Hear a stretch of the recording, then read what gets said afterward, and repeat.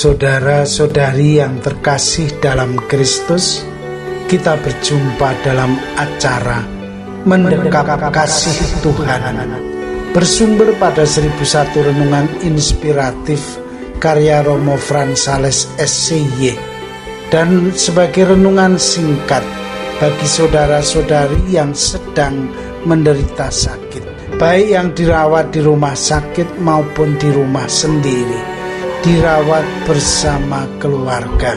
Dengan saya, Romo Valentinos Teja Antara SCY dari komunitas SCY Teluk Betung, Lampung. Pada hari ini kita ingin merenungkan tema mengikuti suara hati yang jernih. Suatu hari seorang pemuda menemukan suatu tandan pisang yang sudah matang di atas pohonnya. Ia menyaksikan remah-remah dari kulit pisang itu di bawah pohon pisang. Karena malam harinya sejumlah kelelawar merayakan pesta. Mereka telah menyerbu pisang-pisang yang telah menguning itu. Melihat hal itu, pemuda itu merasa tergoda. Ia ingin mengambil tandan pisang itu. Ia berkata dalam hati, kasihan pisang itu hanya menjadi makanan kelelawar. Nanti sore saya akan mengambilnya. Namun ia menghadapi permasalahan. Pisang itu bukan miliknya. Pisang itu milik tetangganya. Sialnya lagi, tetangga pemilik pisang itu sudah lama pergi dari rumahnya. Tidak ada yang tinggal di rumah itu. Pisang itu tepat berada di pagar rumah pemuda itu. Bahkan sisa-sisa kulit pisang yang dimakan kelelawar itu jatuh ke dalam rumah pekarangannya. Jadi, kalau ia mengambil pisang itu, berarti ia mencuri. Pisang itu bukan miliknya. Hingga sore hari ia bergulat dengan hati nuraninya.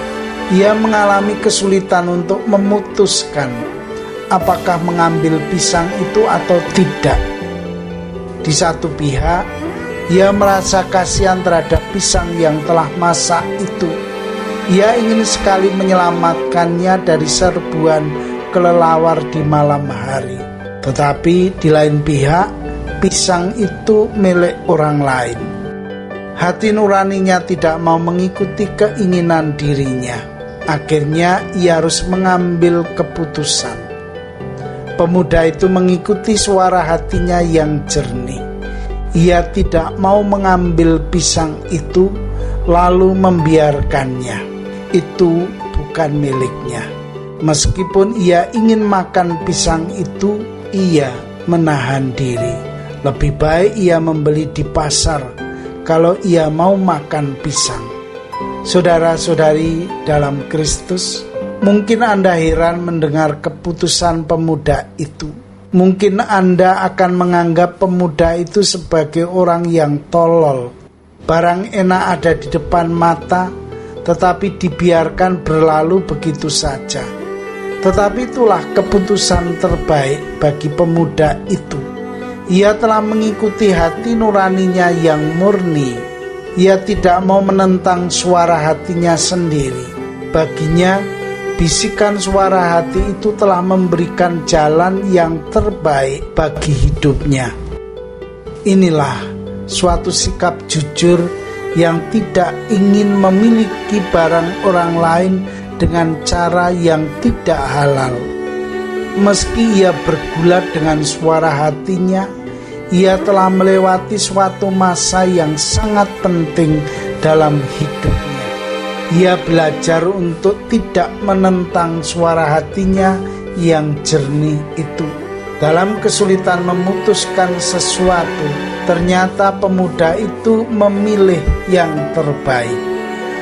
Dalam hidup kita, sering kita dihadapkan pada situasi seperti ini. Banyak dari kita yang mengambil keputusan sesuai dengan selera. Apa yang kita mau, itu yang kita ambil. Benarkah demikian? Orang beriman mesti mengikuti suara hatinya yang jernih. Orang beriman mesti berusaha untuk senantiasa mendahulukan kejujuran dalam hidupnya.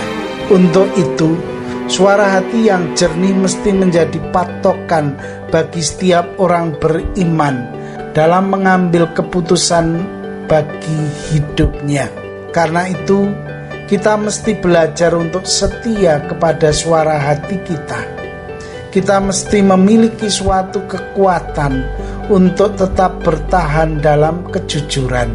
Kita mesti berani mendengarkan bisikan suara hati kita yang paling jernih. Hal ini tidak mudah. Ada begitu banyak godaan untuk meninggalkan bisikan suara hati kita. Untuk itu, kita mesti berjuang. Kita mesti berusaha untuk terus-menerus mendengarkan dan mengikuti bisikan suara hati kita yang jernih. Saudara-saudari terkasih, marilah mengakhiri renungan singkat kita dengan menyatukan iman, harapan, dan kasih kita kepada Tuhan.